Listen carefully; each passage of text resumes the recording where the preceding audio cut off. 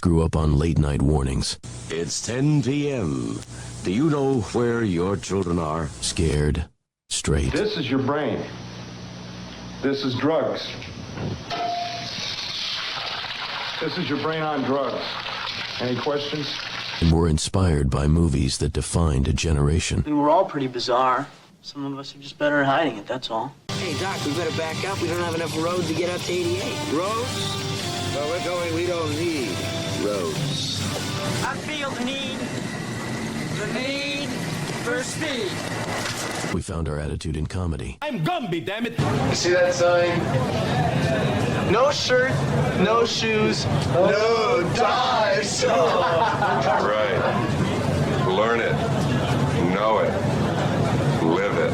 And our identity in pop culture. I want my MTV! I want my MTV. I want my MTV. What you talking about, Willis? Keep your feet in the ground and keep reaching for the stars.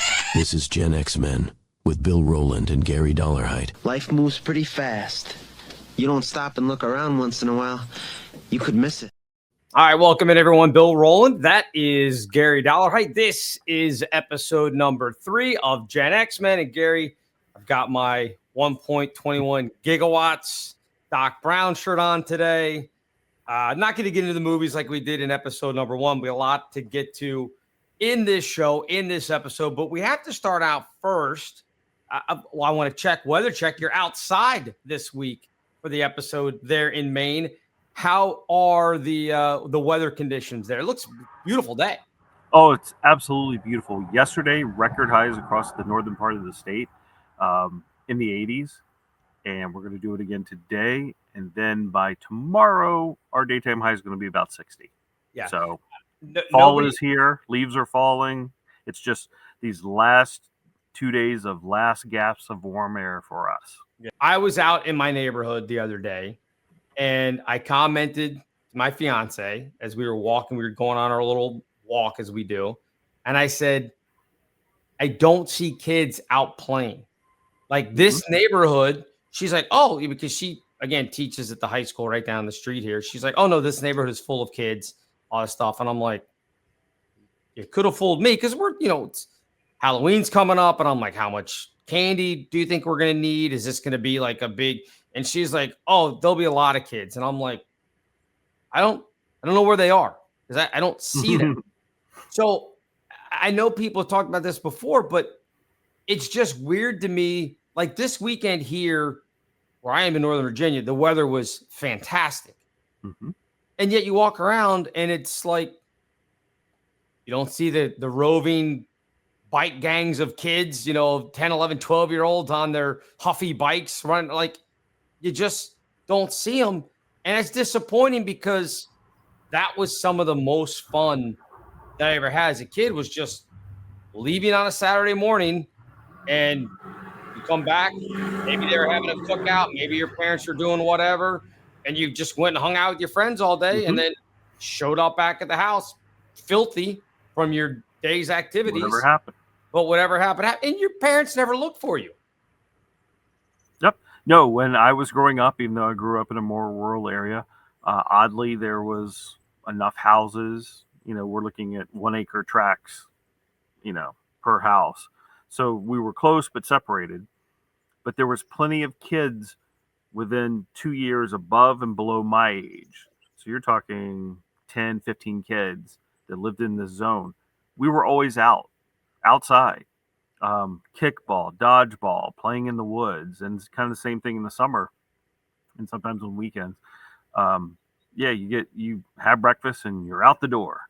You might come home for lunch, but your parents usually say, hey, be home before dark. Don't make me call you. Right. So, right. We were just kind of left on our own. And the only certain rules were, for us, it was 2 miles to the country store, i.e. 7-Eleven. Right. But, we'd say, hey, we're all going down. And by all, some walk, some rode their bikes, but it was a group thing. And that would be kind of the only rule of checking in to say, this is what we're doing. And we were just always outside because bikes were freedom, especially out in rural where we were.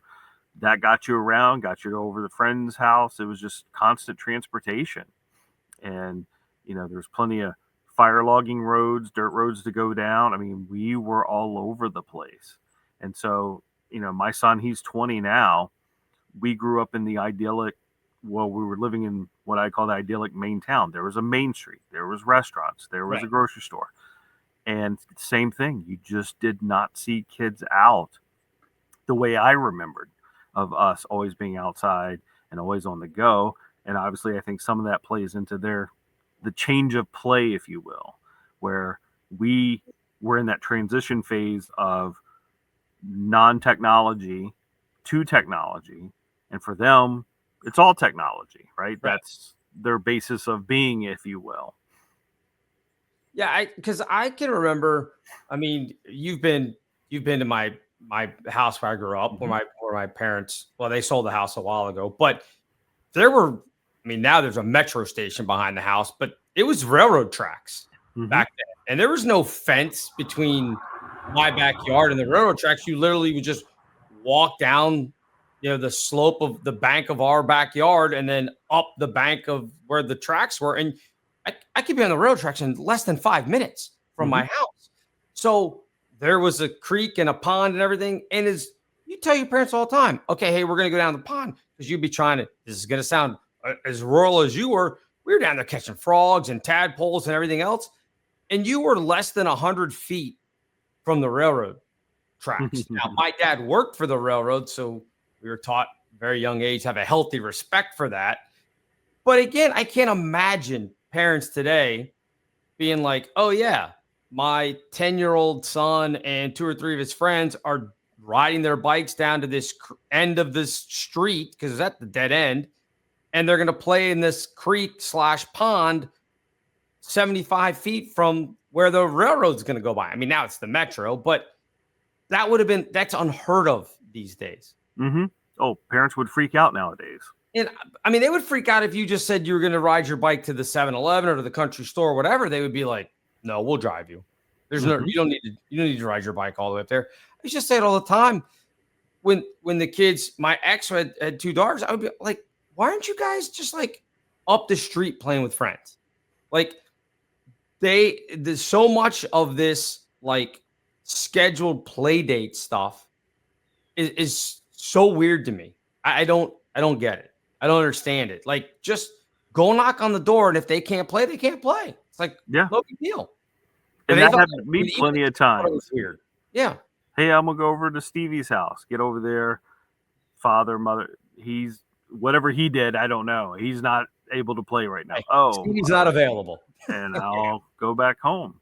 I don't understand what that change was.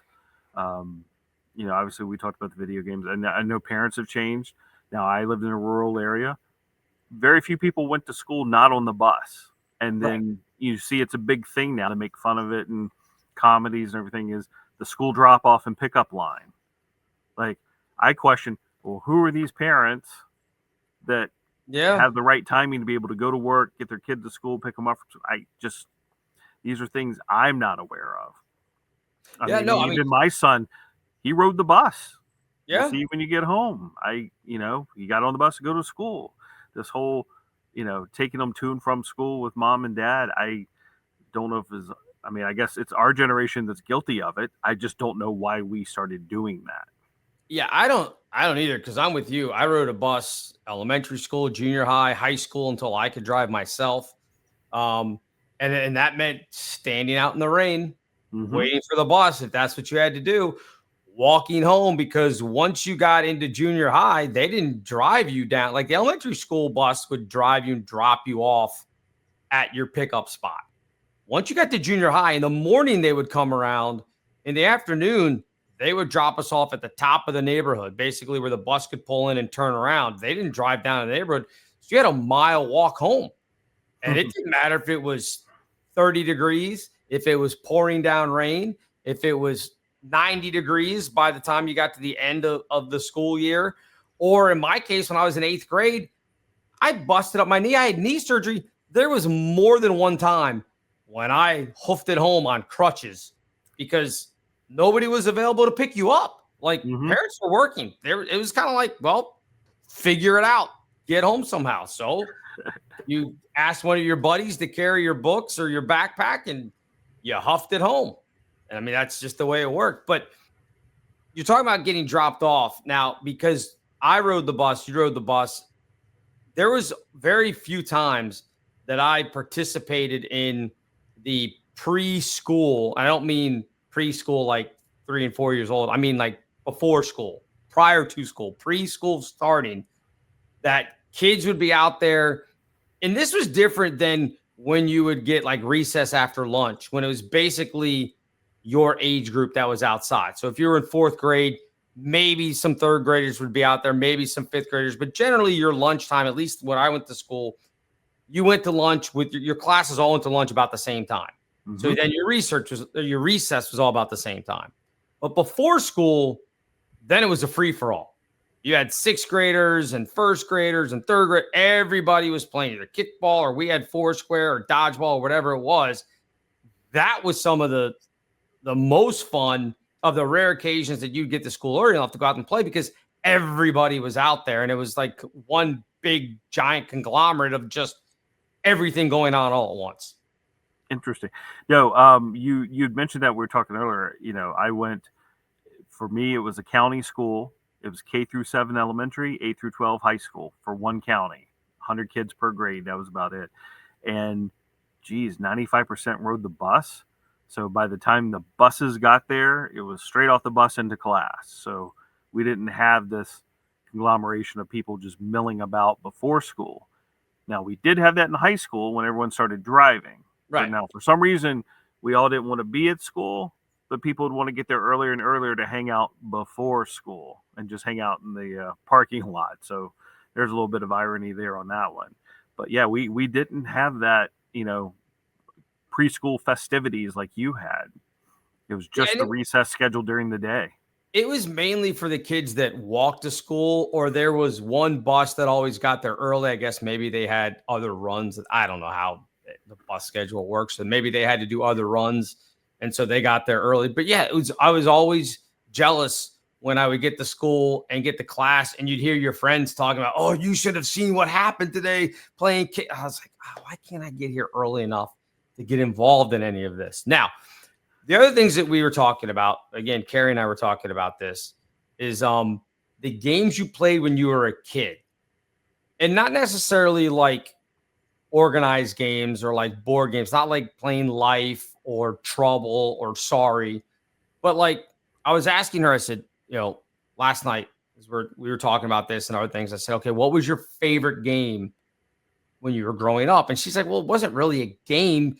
You would just like, she's like, we'd play Star Wars, and different people would be different characters from, like, she's like, that's kind of what you played. And I can vaguely remember my sister and her friends kind of doing that same thing. I don't know if it was Star Wars, but they would do other, I don't know if it was movies or shows, whatever. But I do remember in our neighborhood, because we had a lot of kids like everybody else. And I cannot believe that our parents, let this go on and probably watched and laughed about it. Did you guys play in organized backyard games Red Rover? Once or twice. Now, our organized games typically were football, kickball, sure. And then hide and seek team-wise. Okay. Because we're talking 10, 20 acres of woods, right? And we had layouts of, hey, you can't go past the ravine with the creek. You can't go past the oak tree that has the lower, those were parameters. And say there was 10 of us, 5 would go out, 5 would wait by the house, do the countdown, and then go out in the woods and go find each other. Red Rover was like once or twice, I do recall. And I know we played it a bit in school, oddly. See, that's the weirdest thing. Yeah. I remember playing this in elementary school as well. And I remember kids getting not seriously hurt, but you could get beat up pretty good, because if you came running across, like, again, for people that don't remember the game, you had 2 teams, you lined up across from each other, say 2 teams of 5. And then you would say Red Rover, send, Ralph right over. And then, okay, Ralph would let go from his team and he would pick two people that he had to run through and he would just sprint however far apart they were and launch himself as you were holding hands with your teammate. He'd launch himself into the arms trying to break through. And if he broke your line, he got to take somebody from that team back to his. Mm-hmm. If he didn't break through the line, well, now Ralph was on that team, and that was 6-4. And you just went back and forth until everybody ended up on the same line. The thing is, you figured out pretty quick that if Ralph came running, if you got it up high enough, Ralph's going to take one right in the chops, and he's going to break through. There were plenty of kids that ended up flat on their back in elementary school from playing Red Rover. And I don't think the teachers ever said a word. I think they not were at all talking to the other teachers going, you okay? Get up. It'll be fine. Rub some dirt in it. Fine. Yes. Well, the cheat code was always to find the two girls. Oh, yeah, of course. If they weren't smart enough to go alternate, then you'd find the two girls that got stuck on the end, and you just, as a boy, you just ram right through that. Yes. But then of course. You wouldn't take one of those two. You'd take one of the guys back with you. Of course. Of course. Everybody knows that. But I just think about how many times people either got hit up top, or if they came running in, you could even go low. And if you caught them on the waist, I've seen kids get flipped. Mm-hmm. Like, you're not supposed to. You're supposed to just hold on and let them run into you. But you better believe we figured out, hey, as they get here, if you swing forward and basically punch them in the stomach, it's going to be harder for them to break through. That was completely allowed. Nobody said a word. Nobody said anything. For us, more so in dodgeball, but even kickball. Yes. I mean, I remember some of the throws that were made, especially from males that may have been held back a grade, so they're already a year older. Right? But those were some violent throws, head shots, leg shots, taking people out in kickball, dodgeball. And like you said, for us in school, not as if the PE teacher said, oh, you can't do that. You can't target the head like the NFL has targeting rules now. We didn't have that dodgeball back then. You would just get lit up one way or another. And that was just part of the game. Well, we played in PE. Now, again, when you're just out at recess, you would play dodgeball and, people would get lit up. But we played in PE. They let us play dodgeball. But even worse, they had us play what was called pin dodgeball. Did you guys ever have that? No. Tell me your version. So pin dodgeball, you would have literally like these plastic bowling pins. And each side. Ones? What's that? Lightweight ones? Yeah, not the heavy plastic. Real ones? Yeah, no, plastic ones. They were plastic. Okay. They weren't the nice wooden ones that you could clock somebody over the head with. These were plastic. And you would just basically, you had 3 for each side. And once all the pins got knocked down, that team won. Well, you could put them wherever you want. So, of course, you put them farthest away from the line. And then, because you don't want it to be an open shot, what would you do? Put the girl who couldn't throw or catch. You're the sacrificial lamb. You guard this pin. You take the bullet to make sure that pin doesn't fall. While the rest of us boys are going to run to the front lines and try to hit the other girls that are guarding the pins for the other team. Complete chaos, because if the girl didn't want to try to catch, she's taking it off the chin, off the head. A lot of them would turn at the last second and take it in the side of the face. I mean, it was brutal. But those were the rules. And the PE teacher was like, well, that's a good strategy to have somebody guard the pin. You don't want to leave it open. Right. Put Sarah, who won't do anything else, in front of the pin and watch her get wrecked. It was tragic. The things that they allowed that they would not allow today. Did you guys have floor hockey? One time. And not because anything happened. The Okay. equipment was there. I just go back to the motivation of the physical education teachers of the time. We played it one time. And now maybe that's also because hockey was not a big sport in the South. But yeah, we played it one time. It did okay. And we never saw that equipment again. Oh my gosh. We had like competitions between, and it was a big deal. Like they brought the sixth graders would play for like the school championship. Like Miss Lawton's class would play Mr. Henry's class and the whole thing. And they would bring in all the other classes, like the rest of the school, and kind of like line around the edge and watch the floor hockey championship. Again, there's no helmet. There's no mount. It's plastic sticks, like regular hockey sticks, a plastic puck. You had a net. And if you were the goalie, you didn't get any extra padding. You were just in the goal. So there are plenty of kids that, again, took it off the head, got popped in the mouth, a lot of bloody lips.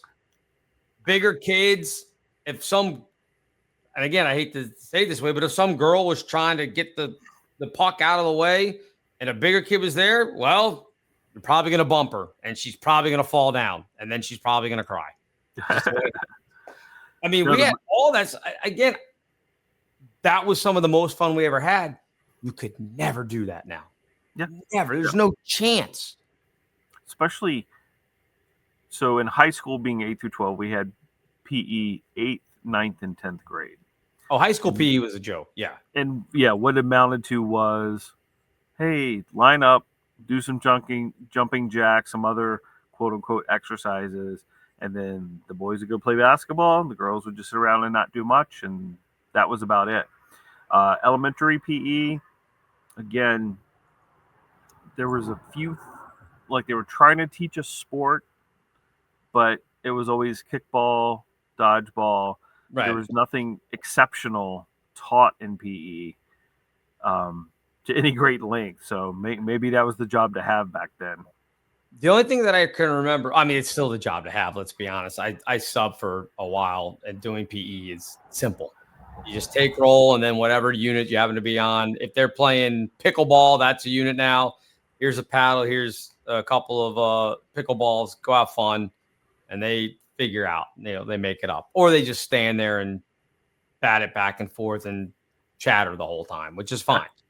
Now, the one thing that we did have in high school that I was always fascinated by is, I think it was our freshman year, they actually did, and it must have been because our gym teacher was the field hockey coach. I guess that was our sophomore year. My freshman year, my baseball coach was our gym teacher. My sophomore year, our gym teacher was like one of the field hockey coaches. So we did a field hockey unit, and I understood immediately why our high school field hockey team wasn't any good, because boys who had never played before are playing in gym class against girls that were on the varsity field hockey team as sophomores. So they're supposed to be pretty good.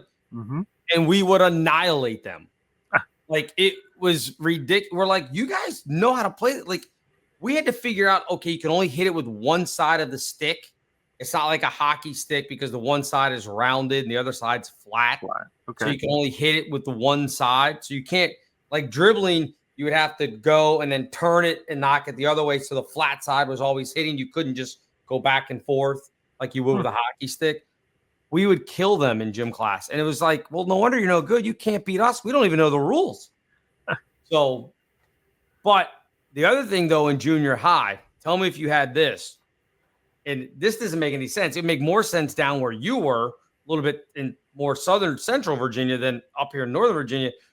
We had line dancing and square dancing, the Virginia reel and stuff like that they were teaching us in 7th and 8th grade. Bizarre. Like, I've never had the Virginia reel ever again in my life. I don't know why we had to learn it.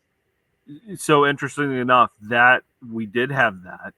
And it's one of my highlights of my academic career was I just said, I'm not doing this. So then the school got mad, called my parents, said, hey, he's not participating in square dancing. My parents were like, and? It's his choice.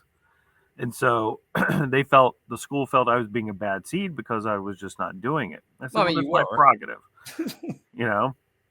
And so they got mad. I remember they sent me to the library to write essays. That was going to be my punishment, right? Nice.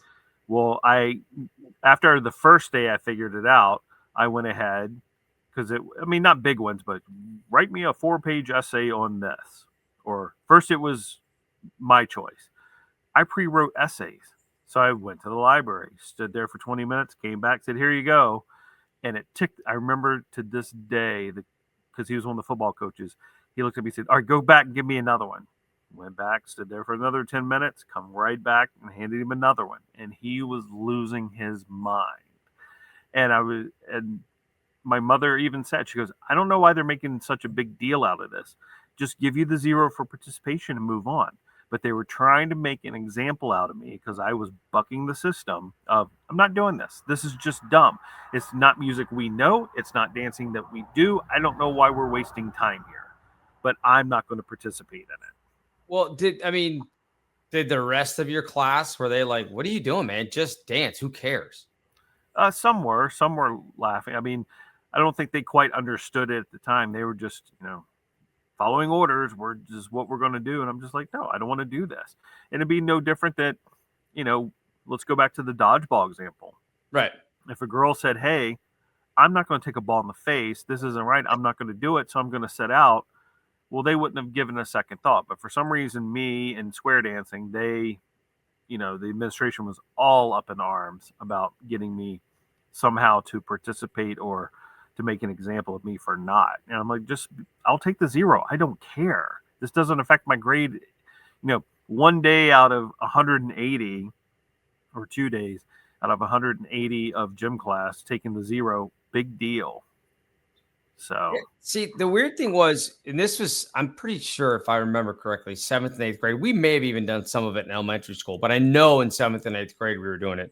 But the weird thing was, if you had to do like the partner dancing, I don't mean like waltzing or whatever, but like the line dancing. I think the Virginia reel, I can't remember what other the other dances were, the names of dances. Anyway, so if you had to have a partner, a lot of it was, again, like crossing hands. I can't really do it that well with the camera. So you'd have to hold hands with the person.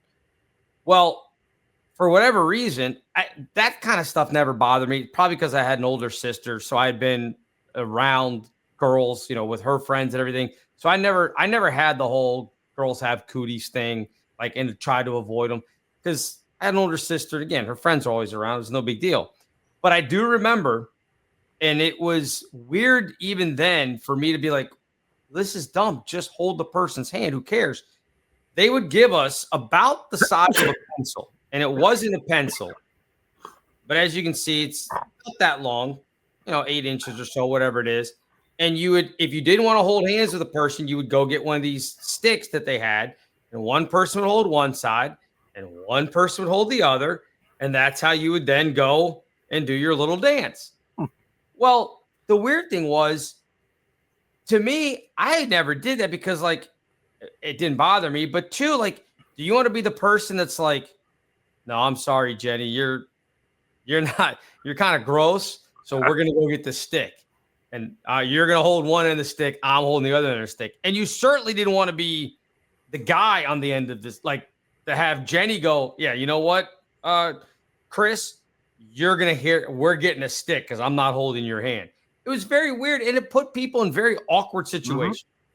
Yeah, I mean, for us, and most of the girls, again, awkward ages, did not want to hold hands with guys, so they'd pair off themselves, leaving guys to handhold each other for this. And honestly, none of my issues were ever really about, ooh, I don't want to hold a girl's hand, guy's hand. I just thought the concept was just dumb and a waste of effort. And it was. Time. Yeah. Honestly. No, because again, I was pointing to, no one does this anymore. This is not even music we listen to. So why are we learning some, folk dances from 100 years ago, technically, as part of this education? Well, it's part of the education process. Well, I don't want to participate in it. Thank you. I don't know when they dropped it. I imagine they don't do that anymore. I would think. I mean, I would be stunned. I know they don't obviously do it in high school because I never hear any of the kids, I'm coaching high school basketball. I never hear any of them talking about their high school having to do any of that kind of stuff. So I imagine it's probably gone, at least from the high school ranks. But if they're still making elementary school kids and junior high. Like, why? They're never, ever going to use it. You want to teach them like a dance thing? Let them do the electric slide. Who cares? Like, Well, I think for kids, our age, grew up in the 70s and 80s, this was just leftover curriculum from long ago, right? That's just what we did. It carried through. Nothing changed. And, you're probably right. It was just an archaic dinosaur left over, but that was in the book of this is what you do in PE class. So I agree. You're right. They probably don't do it anymore. They probably moved on to many other things. I just never understood. And again, well, I mean, I guess it goes right along with letting kids get destroyed in dodgeball or any of these other things, Red Rover, or we didn't call it kill the carrier back then. We called it something else that you're not allowed to call it anymore. So just a matter of them letting that stuff go on. I can't believe they would make you use a stick because, again, if Jenny goes, oh, I'm going to get matched up with Chris, and Jenny's like, I'm not touching Chris. He's gross. Like, can you imagine that today if they're like, if some girl's like, I'm not holding hands with him, not doing that. They'd be like, well, why are you such a bigot, Jenny? What's going? I mean, it would be a whole thing, right? It would be Correct. A whole thing. But that back then it was like, yeah, we get it, Jenny. Chris is kind of gross. Here's your stick. Here's a stick. You hold one end, he can hold the other. Now go dance with the person that you think is disgusting. So you have to hold the stick. It didn't make any sense, but neither did letting people play dodgeball and putting poor Jenny in front of the pin and getting blasted I mean, again, everybody, you would throw, the strategy would be, okay, all three of us are going to throw our red rubber Franklin ball at Jenny at the same time, because either A, one of us will hit her, B, she'll get scared and run and maybe somebody hits the pin, or C, she'll move wrong and kick the pin herself, which happened a lot because, again, you get three rubber balls come flying at you, you're going to move. And a lot of times you moved and knocked the pin down. It was great. But they never allow that now. There's no way. But if you think about it, it was teaching game theory, critical thinking in PE, because how are we going to win? Well, we can do this. We can do that. Oh, there's a weak point there. Yep. That's what it did teach us, if anything. Yeah. No, absolutely. And then you would also then get smarter, because at some point you realized, oh, well, we can put it's far enough away that it's really not going to hurt. And it's easy. So you put like a guy who is competent who, okay, throw at the pin. Fine. If we catch it, you're out. Mm-hmm. So then you would just put a guy back there. And then he'd be like, all right, Jenny, get out of the way. Go be cannon fodder up at the front line, and we'll take care of it back here. And I mean, yeah, you're right. You would figure out game theory through all this stuff. How do you win? What's the easiest way? What are the vulnerabilities on the other side? Absolutely. That's a great point. It was all game theory. So we're getting a great education. Didn't realize it at the time. Didn't realize it took 40 years later to figure out that we knew what was going on. But I will say then, a lot of the stuff that you talk about game theory, how much did you learn from problem solving and stuff that your parents would have just said, no, you're just wasting your time? But how much of it did you learn playing video games? Because we were the first group that really embraced the video games. I know the millennials after us, they had better games than we did, and they keep getting better and better. Gen Z has better stuff than we had. But from the Atari 2600 to Intellivision to ColecoVision, if you were a loser, to Sony, PlayStation, the Sega Genesis, the Super NES. I mean, all that stuff. We took it from basically blips on a screen all the way forward. And we were the generation that, and to me, I still say you learned a lot from playing video games. Definitely you did. It was learning how the system worked. I think if you played long enough, you'd figure out the glitches. Right. Or if you played long enough, you knew how to, this is how you have to jump the bridge. I'm just going here. Yeah. you hit this one spot and that's the spring point. And it's just from repetition and learning that you figured out, oh, that's how this game works. And so I always, my dad asked me one time, I said, well, there's a learning curve. You're going to play a lot in the beginning because you're trying to figure out the game, what works, what doesn't work. And then at the end, you get bored with it because you figured it all out and it's just time to move on now. Something new came out, something different. But once you figured it out, it became all right. And, easier to trade in games now than back then. But yeah, you just master it and move on. But it did teach you a lot. A lot of it was just perseverance, that you played long enough to figure out where this had to be done, that had to be done. Oh, if I do this, we can do that. And stick to itness, if you will. I know people, younger kids, and even people in our generation that are still playing video games now will say, no, it's still social. The video games of you playing online with your headset and talking to some 12-year-old in Germany who's dropping the N-bomb every other word because they're just trying to, be stupid. That's not the social aspect that we had. Mm-hmm. Like having Mike Tyson's Punch Out. I can tell you who was in the room, whose house we were at, the whole thing of the first time that I beat Mike Tyson to beat the game. Is me, my friend Dan Morey, my friend Jeff Dawson. We were in Jeff's basement at his parents' house. It was a Saturday night, and it was about 12:30, 1 o'clock in the morning, and we woke his parents up because as soon as I beat Tyson, you would have thought it was the end of World War II and the troops were coming home. We were jumping up and down in his basement in a big group hug, his dogs barking. It was insane. But that was the kind of camaraderie you had because you had to be in the room with other people in order to play the game. Now, Tyson's Punch-Out was a one-player game, so we were all just passing the controller because once you got far enough, you had the code to go straight to Tyson. So our whole thing was we worked our way up, got to Tyson, wrote the code down, and then just kept, okay, Dan, your turn. Okay, Jeff, your turn. Okay, my turn. And you're watching other people play and trying to study, okay, when this happens, that's when you got to dodge because he's going to throw the uppercut or whatever it was. You don't have that anymore. You don't have that camaraderie of playing video games all together in one place anymore. And I think that's because as we were talking about earlier, we did outdoor games together, kickball, road bikes, etc. So when you introduce this new technology, we're still in the mindset of we're doing this together.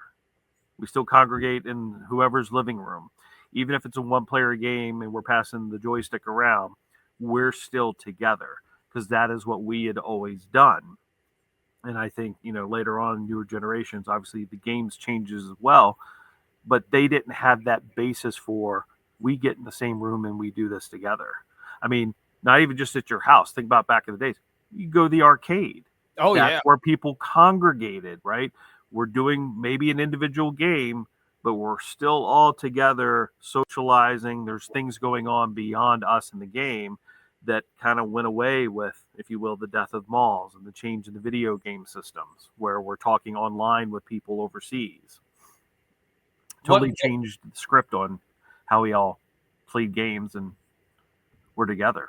What was the game that you remember going to the arcade? Obviously everybody was watching Pac-Man when people got good at Pac-Man, but was there a game that you would go and maybe you weren't good at it, but you liked watching somebody good, if they knew what they were doing, play that game? I remember younger kids won't remember this. You go to the arcade and somebody be playing a game and then you'd stack your quarter up to have the next game. There'd be a whole row of quarters on the game, waiting for that meant you were playing next. Whoever developed that system, brilliant. Just absolute genius to be like, all right, I'm going to put my quarter up here. That means I have next. And you could walk away and come back a few minutes later and people be like, oh, whose quarter is that? You're up. And be like, oh, it's mine. It was just an honor system. Yeah. But now they'd walk away with your quarters. Yeah. You'd be like, thank you. Take those right off the top. Yeah, You're right. So was there one game that you would go and watch more than another one? There were Asteroids. For some reason, the arcade I went to, I don't know why I wasn't very good at it, but it is what it is. But I remember this one time there's this guy, he was just killing it. Whatever it was he knew how to do, spin that ship around, blow everything to pieces, never got touched. It was amazing just to watch for, a good half hour or so while he was playing. Yeah, somebody that's good at those games, like Pac-Man to me, not that impressive because once you figured out the pattern, you just run the pattern over and over again. It's like anything like we talked about before at the initial game of problem solving and logic and that kind of thing. Once you know the pattern to Pac-Man, it's pretty much a given. You just run the pattern and you're good to go. I mean, it's pretty impressive for somebody to remember all that. But once you have it, you have it. And, you spend enough money, you would get it. I remember, do you remember the first ever laser disc game for the arcade? You remember Dragon's Lair? Okay, I remember that game. Yes. Okay. Yep. That was the laser disc game. It wasn't like the computer board, like a Pac-Man or whatever. And that was where you would, you were the dragon, Dirk the Diggler or whatever his name was. I can't remember. Dirk the Daring, I think is what it was. I don't remember. I think that's what it was, Dirk. And so you'd be, again, trying to save the princess or whatever. And so you would get to like the bridge that was getting ready to catch on fire. And you had to decide whether you're going to go left or right. And something would flash. And then you had to move the joystick, time it just right. It was almost like a choose your own adventure video game. That game was so hard because you would get to a certain point and you think, okay, all I'm doing is following the flashes. And then it would flash and you'd choose that and it would kill you. Like there's a scene in a dungeon where there's a potion that says drink me on it and it flashes. So you go, okay, you hit the joystick towards it. Well, then you drink it and you die. It's poison. Well, you just wasted one of your lives, or perhaps you just lost your last life because you trusted the game to tell you the proper way. Like it had been up until that point. And then you go, oh, okay, that's not it. So you had to start remembering every single pattern all the way through. Again, it was just pattern recognition, but it would throw you curveballs like that. I loved watching guys that were good at that play that game because I didn't ever have the money to just pump quarters in until I figured out the patterns. So you just watch somebody else play and kind of pick it up that way. Yeah, I mean, and I think that's what we were saying, remembering the patterns. People had to have the money, the time, the effort to be able to sit through multi-variations of playing to learn, do this, don't do that. This happens here. And, of course, later on it becomes a whole industry. I remember seeing magazines that came out about video games, right? Told you Nintendo Power. Yeah. Right? Told you do this, do that, look for this. And it was all in print, publicly shared, and it wasn't just a rite of passage of learning it and then maybe have someone telling you. It was, oh, well, I bought the subscription and I have the magazine and now I know. So to me, that kind of took the fun out of a lot of it. Yeah, because it was word of mouth. Like having that, I remember, again, going back to the Mike Tyson Punch-Out story, we wrote that code down, of course, because we needed to enter it. And, of course, the next time you saw anybody of your buddies, you'd be like, do you need the Tyson code? Like, we have the Tyson code. And then you just spread it around school. That's how things, it was word of mouth. There wasn't Nintendo Power magazine. I don't think it had been out yet at that point. Or if it had, none of my friends got the Nintendo Power. But I mean, that lasted all the way through, like even into college. Like I can remember, I mean, the NES came out in 85, I think, the first one. Yeah. And then Super NES, I think, came out in 91 or 92, whatever it was. So when we started college, it was still just the NES. So you had like Tecmo Bowl, and that was the one that only had four plays that you could call. And if the defense called the same play that you did, it basically got blown up unless you had Bo Jackson who just ran over everybody, even when the play was called. I mean, that kind of stuff. But I can remember the next version, the Super NES, and then you had Super Tecmo Bowl, and it had 8 plays. And it also kept stats. Like the other game didn't really keep stats. It might for the game, but it didn't keep season stats. This was the first game that I remember that kept like standings and stats and the whole thing. And we used to over at the fraternity house, you get a bunch of guys on a weekend or whatever was going on. Everybody throws in $5 or $10. You could randomize. You could just hit a button. It would randomly give you your team. Mm-hmm. And we play like a whole season over the course of like a couple weeks, winner take all. And you just were at the mercy of whatever button you pushed, and it randomly gave you your team name. But again, it wasn't like you could do Madden now where you and I would be able to play Madden, you and Maine and me here. You had to be in the room to play head to head, which means you had to take a chance.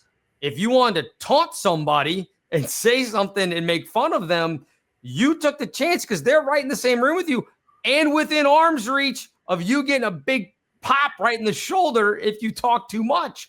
I have plenty of friends that I saw get in fights over Super Tecmo Bowl. Yeah. We'll even go back further. The handheld football games. Those were huge on the bus going to school. So you could play head to head. Now, there were certain ones that, the game had to sit between you and you played head to head. But I remember the one-on-ones that someone had on my bus. You would play your downs. Yep. And you either punted, scored the touchdown, whatever, and then you hand the handheld to them to play their round. But there was still taunting between the two. Like, he might peek over the seat and go, "You screwed up yet?" Yeah, exactly. Or just start messing with you while you're trying to play because he can tell you're on a big run because the thumbs are going furious. He'd start like chucking you in the shoulder, like, "Don't mess up, don't mess up." So you had that engagement with each other during the game, which you don't get anymore. Yeah, I mean, and again, I know everybody's gonna say, "Yeah, but look at the graphics." It's gonna make it. I'm telling you, unless you've sat in the room with people, and that was entertaining, even if you weren't playing. To watch two people play and you sit there and the nonsense that would be said between each of them, the fights, the tauntings.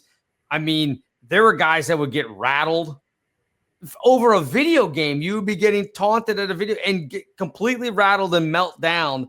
And it certainly felt like the game knew that you were rattled and there'd be a bad turnover or something. And inevitably you'd be like, "See, this happens to you all the time. You get nervous, you get rattled, you turn the ball." I mean, that was a blast. And I don't know that this generation, even though their games are better and you can just sit in your room and the person can be half the world away. I mean, I guess that's kind of cool that you can meet people that way, but it ain't the same as being right there in the room. That's why I'm always fascinated when you see like they do the Madden championships every year. And those people are in the room together. Yeah. When they're playing head to head, I mean, you're right there and you can see guys getting nervous, guys getting flustered, all that stuff where I don't know if it'd be the same if you were just playing at home. There were, the first time I saw that and was like, this doesn't seem quite the same. A couple of guys from George Mason's basketball team. You'll remember Lamar Butler, obviously. He's with, on the staff now. And John Vaughn, who was on, he actually had hurt his knee the Final Four year, but was on the team. He was that age. And Fowler and Campbell, the three of them. I'm sure there were probably more, but I just remember those three. Lamar was my radio partner for a couple of years. He would bring, I think it was the PlayStation, I don't remember, PlayStation, Xbox, whatever it was. Doesn't matter. He would bring his video game with him when we'd go on the road. And, go to dinner, come back, and I would be going working on things or whatever. And I'd come back to the room and he'd be sitting there with it hooked up to the TV and playing. And all of a sudden he's talking. And I'm like, "Are you talking to me?" Like, he's the first time and he's like, no, I'm talking to JV. And I'm like, "There's nobody else in this room. How are you talking to JV?" And he's like, "Oh, showing his headsets." And I'm like, "Oh, so you're just chatting with me?" He goes, No, I'm playing him." And I was like, "This is wild." I'm like, "You guys don't have to be in the same room?" Like, this is great. But I still was like, I know you're still taunting him and it's not the same. It wasn't the same to listen to them just go back and forth. It's like, you need to be in the same room. That's more fun. Oh, you have to be. And I remember the situation growing up, the house over across the street, three brothers, The youngest was my age. We were the same age, same grade, and then it was 2 years, and then 2 years to the middle brother, 2 years to the older brother. And I remember this fight one time.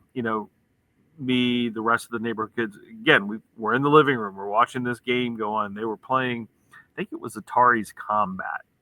Nice. With very low end graphics, but yep, you're playing tanks. You're flying planes. They were playing the tank game, and like the older brother got off a great bounce shot, and it so infuriated the brother that was my age to the point of, so I say he went spider monkey on him. So he went and attacked him. He's beating him in the head with the Atari joystick, and it was just like you said. It's amazing to be in the same room and watch everything go on. They're just beating the crap out of each other until the father came in and started yelling, threw us all out. But yeah, you don't get that kind of fun rivalry playing internet with someone, whether they're down the road or 100 miles away. And if we had been able to have videos of that stuff, they would be going viral on YouTube and TikTok and wherever else. Mm-hmm. Now all you get is the videos of somebody rage quitting, but you only see it from the side of the person who's winning usually. You don't see a lot of the rage quit. Like most people aren't filming themselves and then posting up the time when they rage quit a game where they just stop in the middle of it and then you automatically get the win because the other person quit in the middle of the game. You never would be able to do that. Every once in a while, you'd have somebody that would hit the reset button, and that would inevitably start a fight if you were getting beat or any of that kind of stuff. Or somebody would chuck a controller at somebody else. Again, when they were wired, that was a little bit harder to do because you'd end up yanking the whole console off the shelf and everything else. But it's funny because one of the first games, I never had an Atari.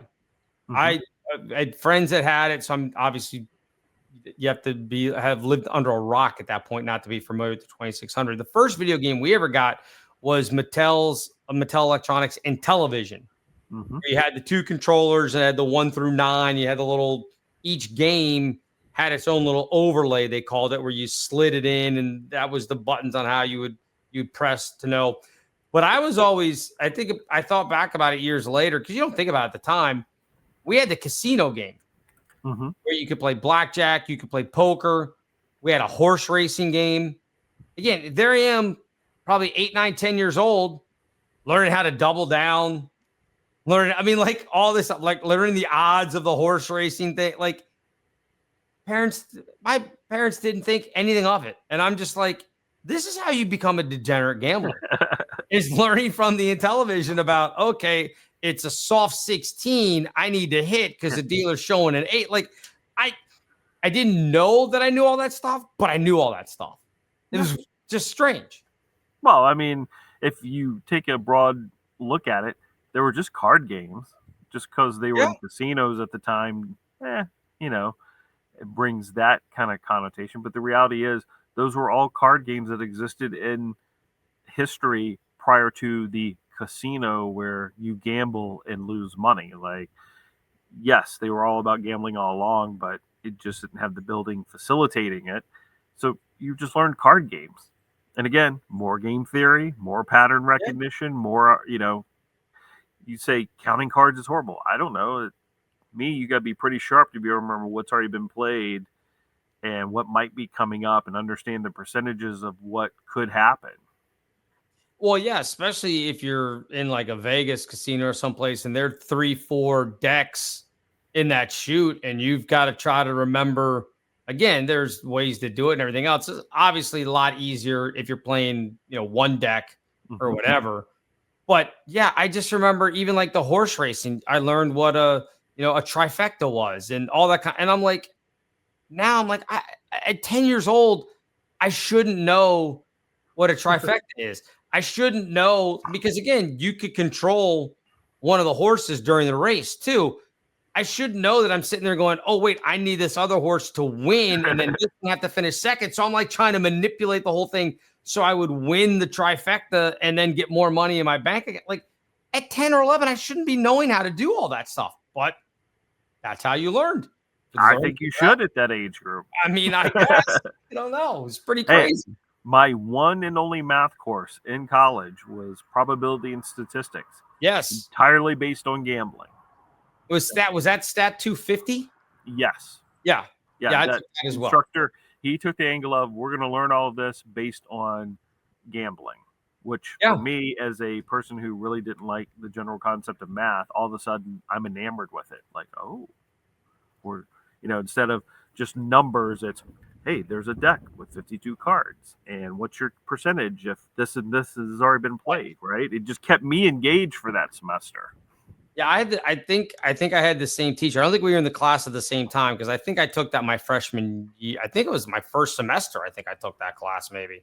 But yeah, I think it's the same professor because it was all about that, and he would use sports statistics and any of that stuff. I don't remember any of it from the class, but I just remember that I didn't hate going to that class. Correct. So that was the main thing, not wanting to hate it. So now, I mean, with your kid now, where we are with the video games, and again, I have a PS5.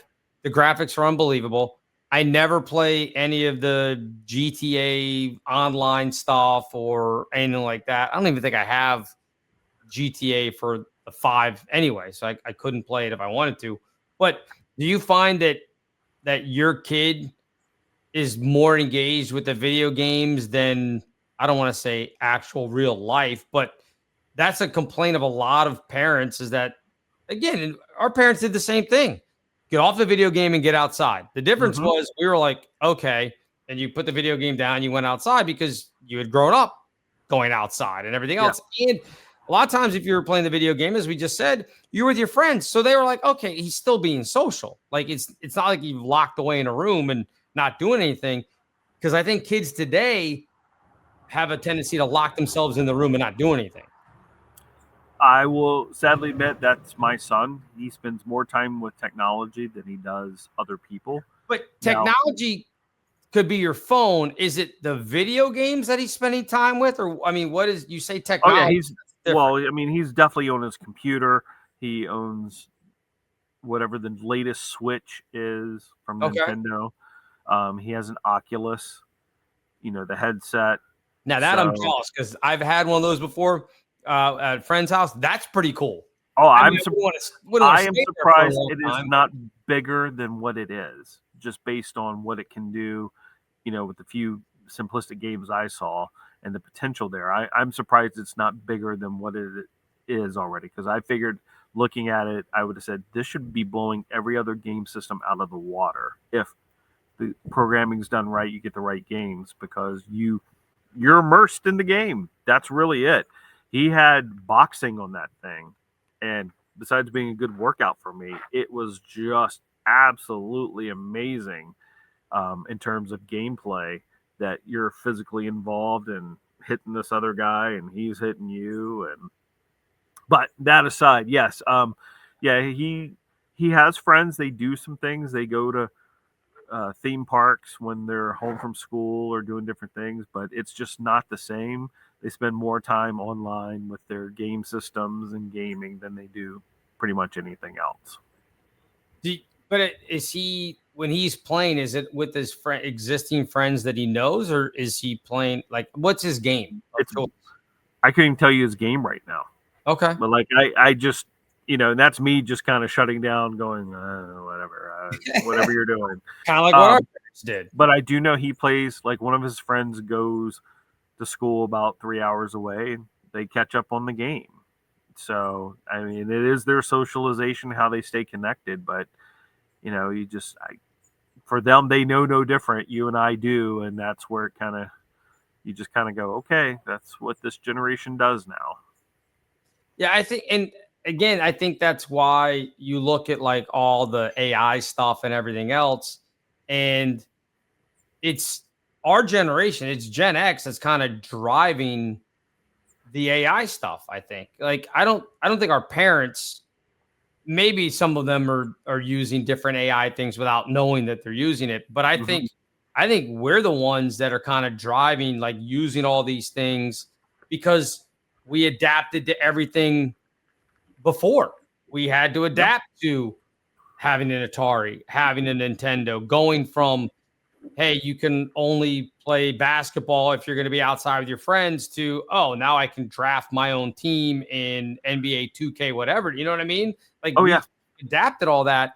So I don't think that AI is necessarily eluding our generation. Like, I think video games, to a degree, now younger boomers, probably not. They probably, because I mean, boomers 1964, that's not that much older than us. But my mom, who's technically a boomer, they didn't care about video games at all. They didn't understand them. Yeah. I mean, they just like, this is pointless. What are you doing? Like, this doesn't make any sense. We haven't had that. We understand all of that and kind of get how it can help. And again, in this case, not necessarily games, but just AI, that we understand, hey, this can be useful. I don't think we're going to be as out of the or in the woods technology wise as our parents were. No, I mean, we are I'll say it, Gen X, we're that special generation that bridged the gap between, let's call it analog and traditional, to technology. It was given to us as soon as it came out, in many instances. We utilized it. It just became part of our norm. So we were always open to whatever it was going to do for us. I remember 7th grade, we were playing with Mac computers. Mm-hmm. And it was just this basic programming of making this turtle go from one side of the screen to the other. It was kind of like a fancy Etch-a-Sketch, but you did it by coding and computer generation. And I remember the computer lab teacher, she was saying, you will understand this more in the years coming of what computers are going to do for you, what you're going to be able to do with it, with this thinking power. And it's right. I mean, the things, we saw it in radio. We went from playing vinyl to playing carts. And now, shocking for some of you to understand that most of your radio stations out there, there's not a human in the booth anymore. They've recorded the show 2-3 days before. They're saying things that they put down on tape, and the computer's putting it all together for you to hear it live during the day. So So again, we were introduced to it. It came into our worlds. We accepted it, and so AI, anything else, we're like, okay, this is how it works. This is what it does for us. Great, let's use it. Yeah, and I think also with that, and people say, oh, this is where your age and everything else is kind of clouding things. I also think that we're the generation that is looking at this kind of side-eyed and going, yeah, this is great to a point. Mm-hmm. But you still don't want to get rid of everything. You don't want to get rid of human creativity. You don't want your top 40 radio stations and music shouldn't be all done by typing in a couple of prompts and all of a sudden you've got a top 40 hit.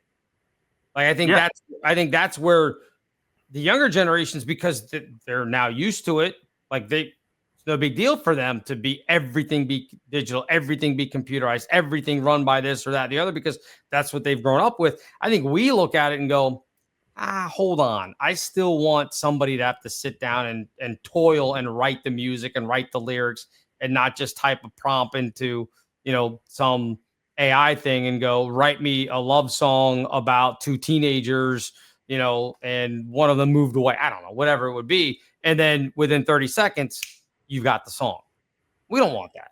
Yeah. And I think that's because we straddle that time zone of there was real and then there's technology driven. We see both sides of it. Whereas like my 20-year-old son, he knows nothing but computers. Computers make life efficient. You just press a button, it's done. And my world is more efficient and I move on. So I think, we still have that kind of, are we going to really allow this? Right. I mean, similar debate. I've had it with some coworkers. They're in school right now. They're advancing degrees and working on different things. And they're still writing papers, but they have to swear that they can't use AI for it. Right. And so I sit there and go, well, here's where I'm torn. Back when I had to write papers, high school, college, you had to go to the library and you manually had to dig up things and read it and understand it and put it together. That was time consuming. And so now I go, Okay, you're still writing papers, but you don't have to leave your house.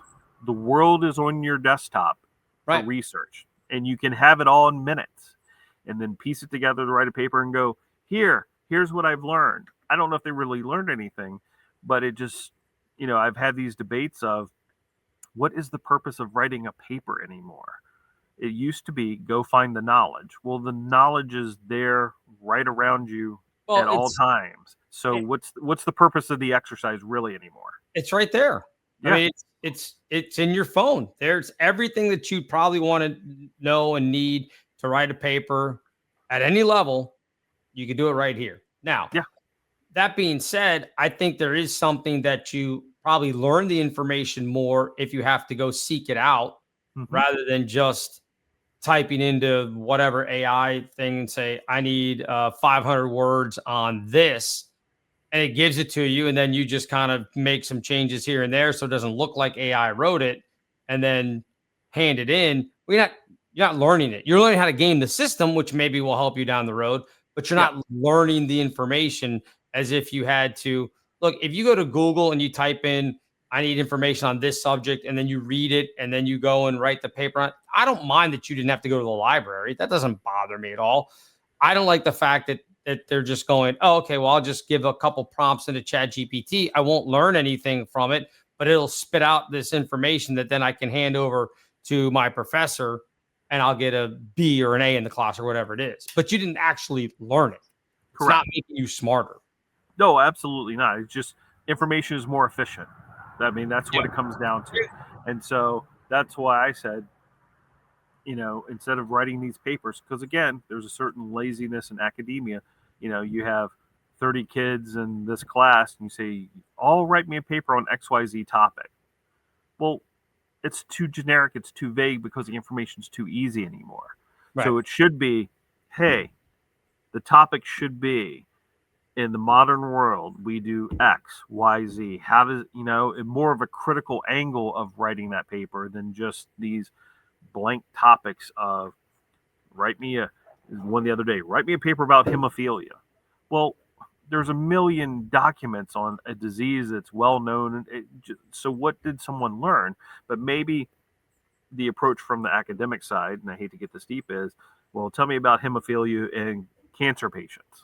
Right now we're getting into more specific, something more detailed. Maybe it requires them to be a little bit more critical in their thinking than just what technology can deliver for just generic information and writing a paper. I know we got sidetracked there, but that's I think it's smart. I think that's absolutely true. That I worry. Worry's a strong word, but I look at the way the kids are learning things, and a lot of it, again.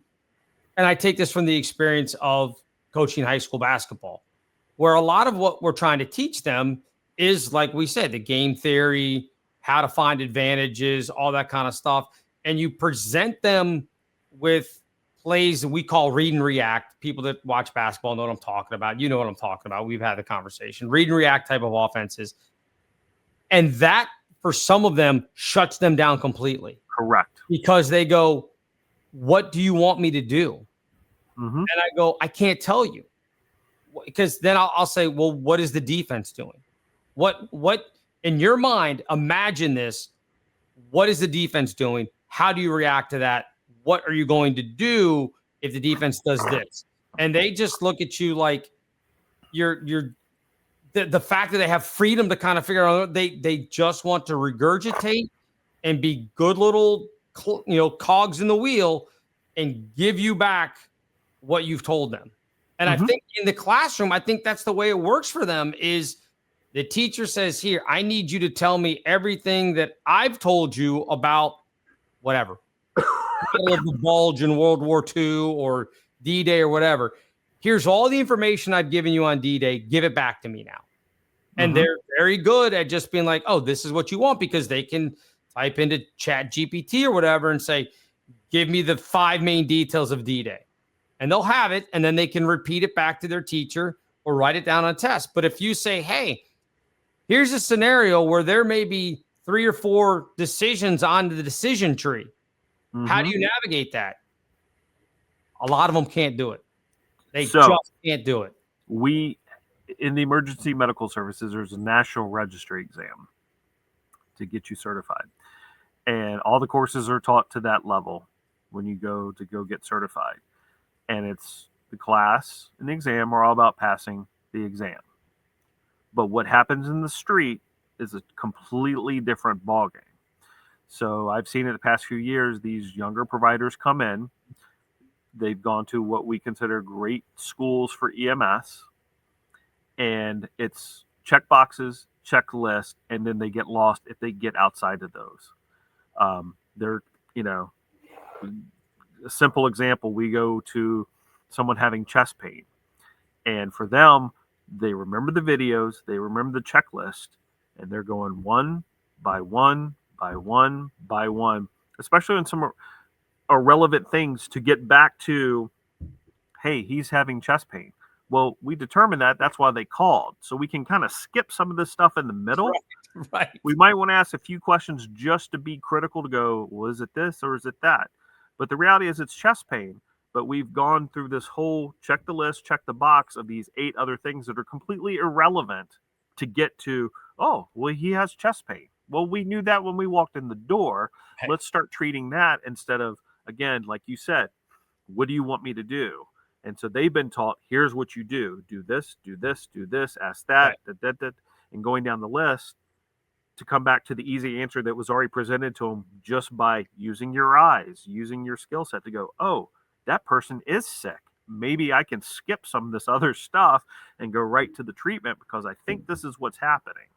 It's almost like that famous scene in Rodney Dangerfield's Back to School. Mm-hmm. When Dangerfield goes back to the college and he's in the business class and the guy's like, and he's like, oh, you have no idea. You got to get kickbacks for this person. And the professor's like, that's not how this works. And he's like, well, you've never actually built a building with union labor, have you?